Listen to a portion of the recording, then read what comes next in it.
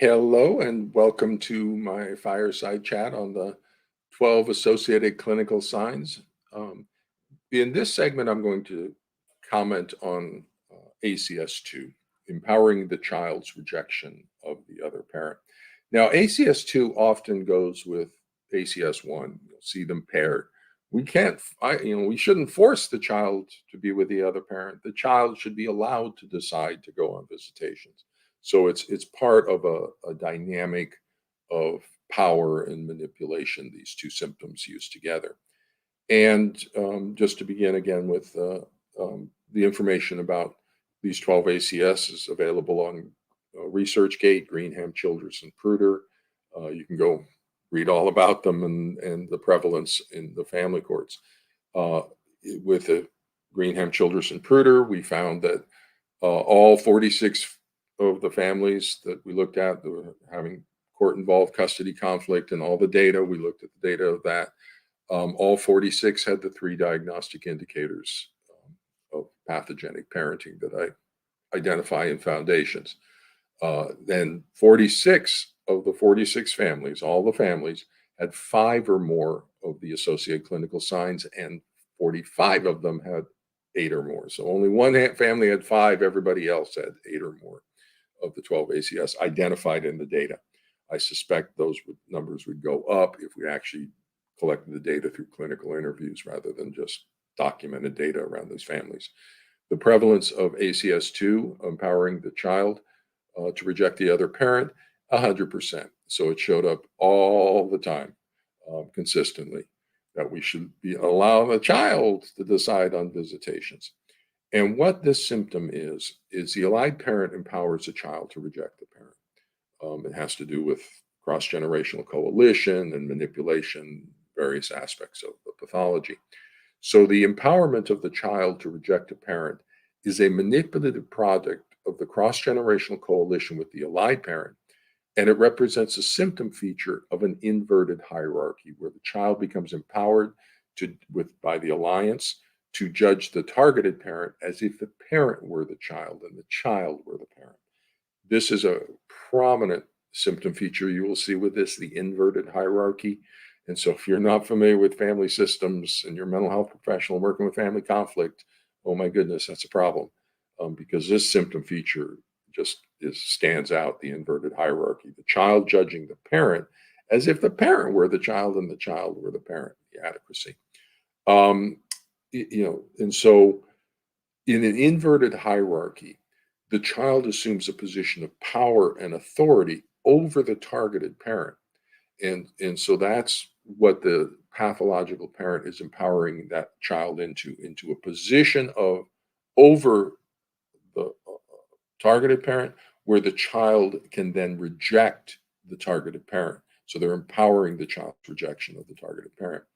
And the type of sentences you'll hear is, oh, the child should decide on visitation, or we need to listen to the child, or seeking the child's testimony in court. If a parent seeks a child's testimony in court, that's ACS2, and that's a highly problematic parent,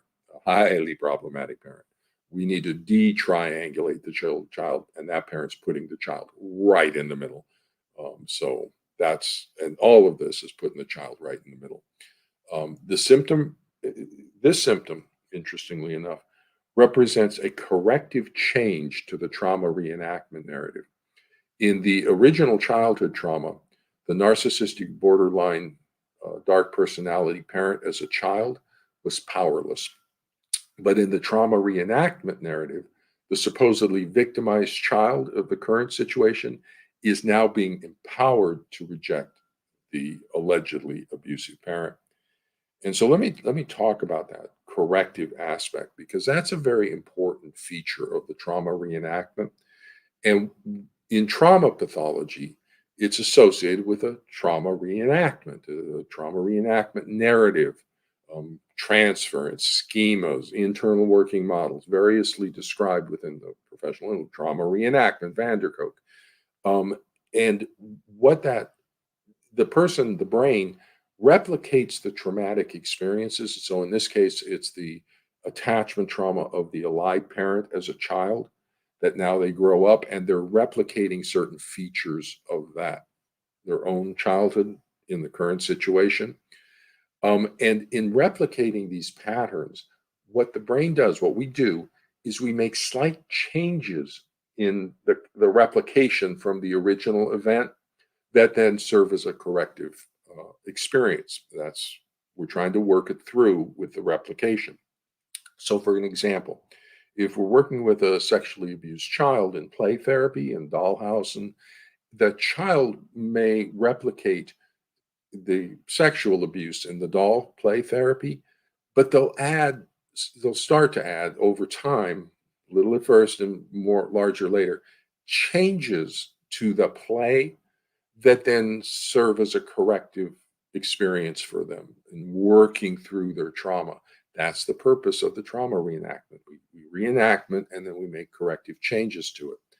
Well, in this case, the pathological parent, the allied parent, was experienced some sort of attachment trauma experience in childhood, and they are replicating that in the current situation with the false narrative, the trauma narrative of abusive parent, victimized child, protective parent. That's your trauma child abuse narrative. Abusive parent, victimized child, protective parent. But in this case, it's just parent, child, parent. There's no abusive, there's no victimized, there's no, but the pathological parent has that pattern in their brain from their own childhood abuse. One parent's abusive, child's being victimized. In their own childhood, though, they had no protective parent. And so they were abused and nobody came to rescue them. Nobody came to help them. And so that's the deficit in that model or in that pattern.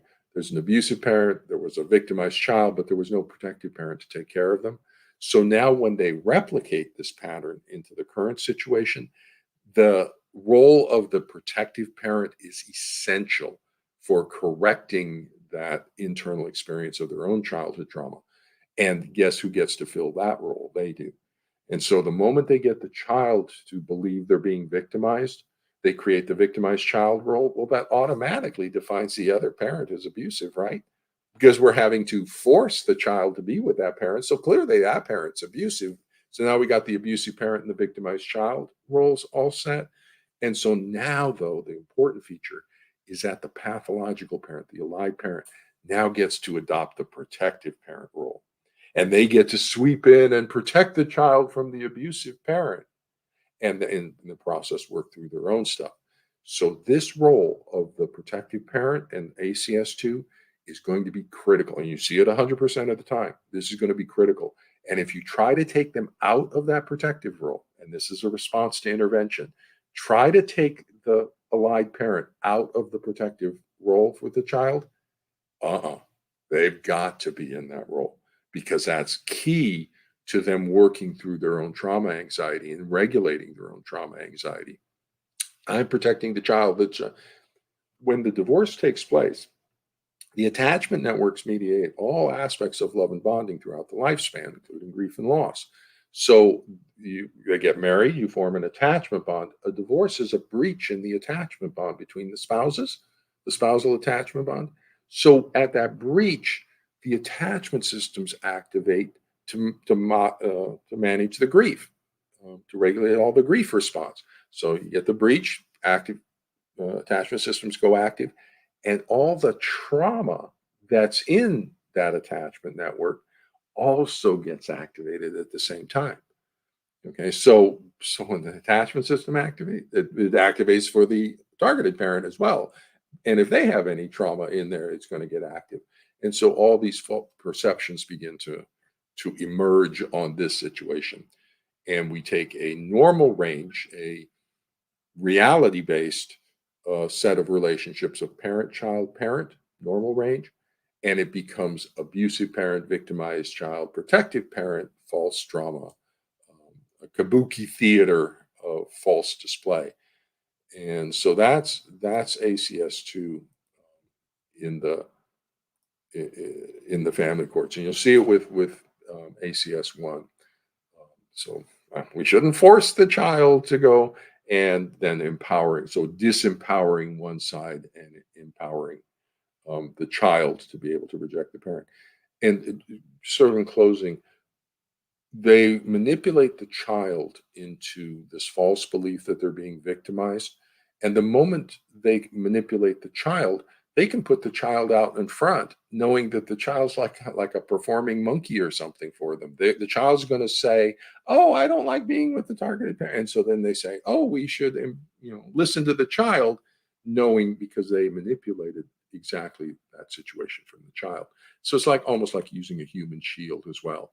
We can't get at the actual source of the decision making because or the influence because the child's always out in front. And anytime we try to get at them, they put the child. It's a child, and that's later ACS.